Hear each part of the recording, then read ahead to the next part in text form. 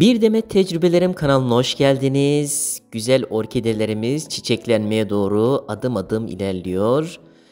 Tomurcuklarını büyütenler, yeni dallar çıkaranlar, yapraklarını güzelleştirenler hepsi burada. Bu süreç sabır isteyen, emek isteyen bir süreç. Belli bakımları yaptıktan sonra güzel çiçeklere sizler de kavuşabilirsiniz. Şöyle çiçeklerimi göstereyim. Hepsi çiçeklenmeye doğru adım adım ilerliyor.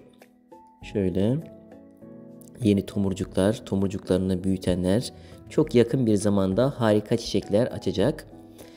Evet, orkidelerimizi, güzel orkidelerimizi istiyorsak belli bakımlar yapmamız gerekiyor. Yapraklarına, köklerine, tomurcuklarına bakımlar yapmamız gerekiyor. Şöyle göstereyim.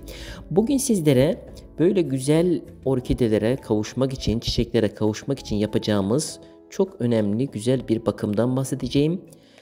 Yapraklarını temizledim bugün. Bakın bu yaptığımız kürle parladı, temizlendi, hastalıklardan arındı. Evet, bu kür soğanla yapacağımız bir kür. Şimdi birlikte bu kürü nasıl yapıyoruz inceleyelim. Evet, orta büyüklükte bir soğanı alıyoruz. Öncelikle ortadan ikiye bölüyorum. Kabuklu bir şekilde bunu yapacağız. Ve ince ince soğanımızı doğruyoruz. Evet, ince ince doğruyoruz. İnce ince doğramamız önemli. Soğan içerisindeki besinler güzel bir şekilde çıksın diye ince ince doğruyoruz. Soğan biliyorsunuz antibiyotik özelliği var. Bu yapraklarımızdaki hastalıkları önlemekte, köklerimizdeki hastalıkları önlemekte ve yeni tomurcuklar çıkmasında, yeni dallar çıkmasında teşvik edici özelliği var. Bu nedenden dolayı bu kürü mutlaka denemenizi tavsiye ediyorum. Evet, şöyle ince ince soğanlarımızı doğruyoruz. Ve bu doğradığımız soğanları evet şöyle bir kavanozun içerisine koyacağız. Evet, kavanozumuzun içerisine dolduruyoruz. Şöyle ufalayaraktan, bakın şurası tam ufalanmadan oldu. Ufalayaraktan koyalım. Bütün parçacıklar ince ince olsun. Bu önemli bir bilgi. Evet, soğanlarımızı koyduktan sonra bunun üzerine sıcak su ilave ediyoruz. Kaynamış sıcak su ilave ediyoruz.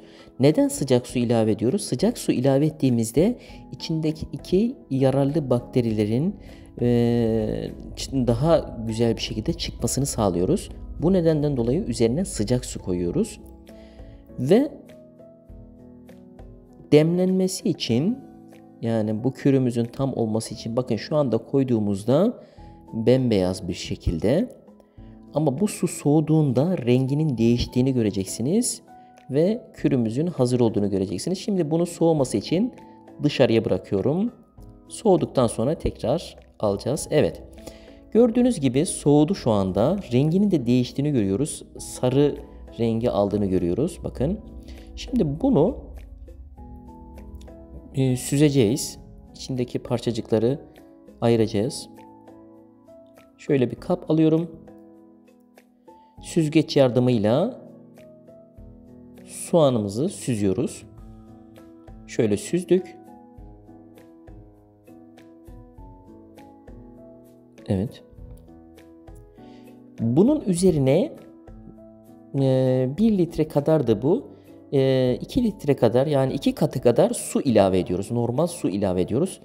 Biraz seyrekleştiriyoruz karışımımızı.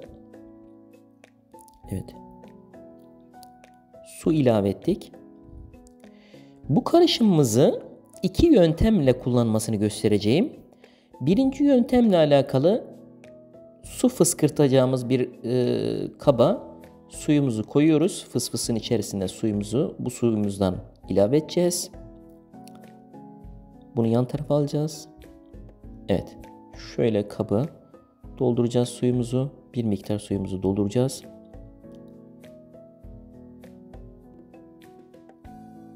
İlk yöntemimizi göstereyim.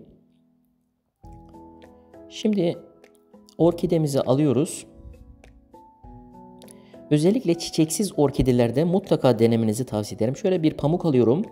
Pamuğumuzu bu karışımla ıslatıyorum ve yaprakların üstünü ve altını güzel bir şekilde bu karışımımızla siliyoruz.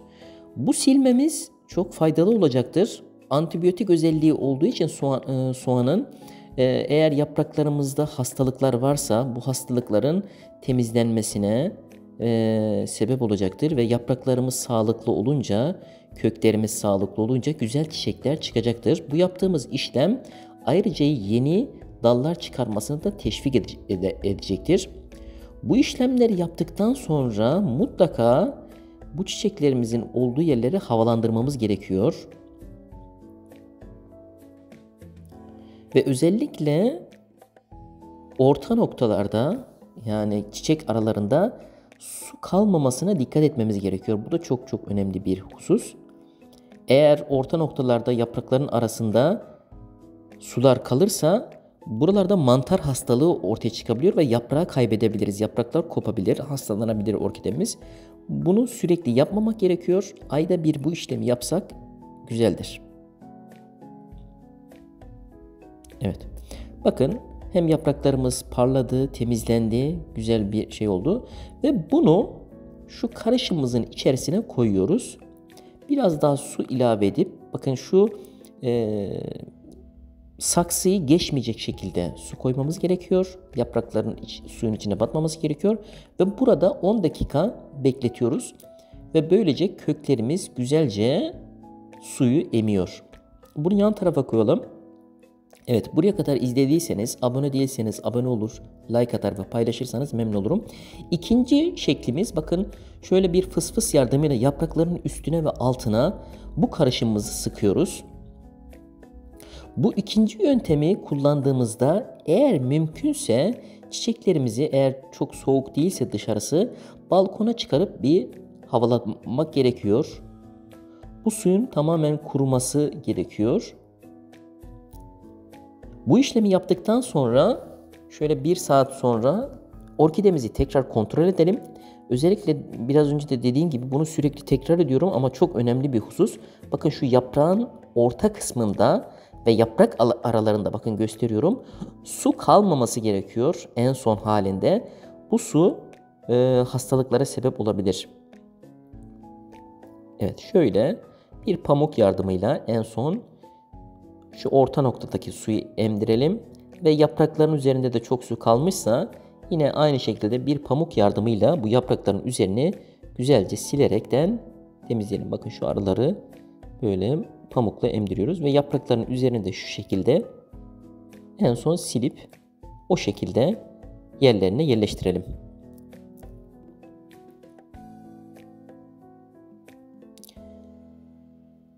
Evet, 10 dakika geçti. 10 dakika sonra, bakın sulama işleminden sonra en önemli mesele bir orkide susadığını, yaprakları gri ise suluyoruz. Bakın şu anda suladıktan sonra yemyeşil oldu. Ve bunun suyunun akması gerekiyor, fazlalık suyun. Şöyle bir kenara koyuyorum. Ve bu işlemi diğer orkidelerimde de kullanacağım. Özellikle çiçeksiz orkidelerimde bu işlemi tek tek yapacağım.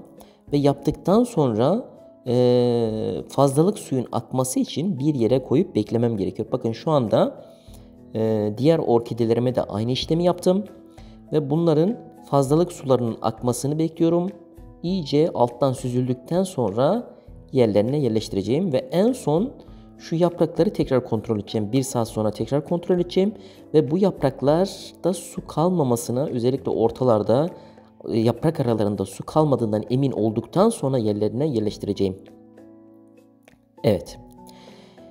İşlemlerimiz sonunda, bakın bu bir süreç işi. Sadece bir yaptığımız işlemle böyle güzel yapraklı, güzel tomurcuklu orkidelere kavuşamayız. Ama bunlarla birlikte güzel orkidelerimize kavuşuyoruz. İzlediğiniz için çok teşekkür ederim. Abone değilseniz abone olur, like atar ve paylaşırsanız memnun olurum. Sorularınız varsa yorumlarda yazarsanız cevaplamaya çalışırım. Bir sonraki videomda görüşmek üzere. İyi günler.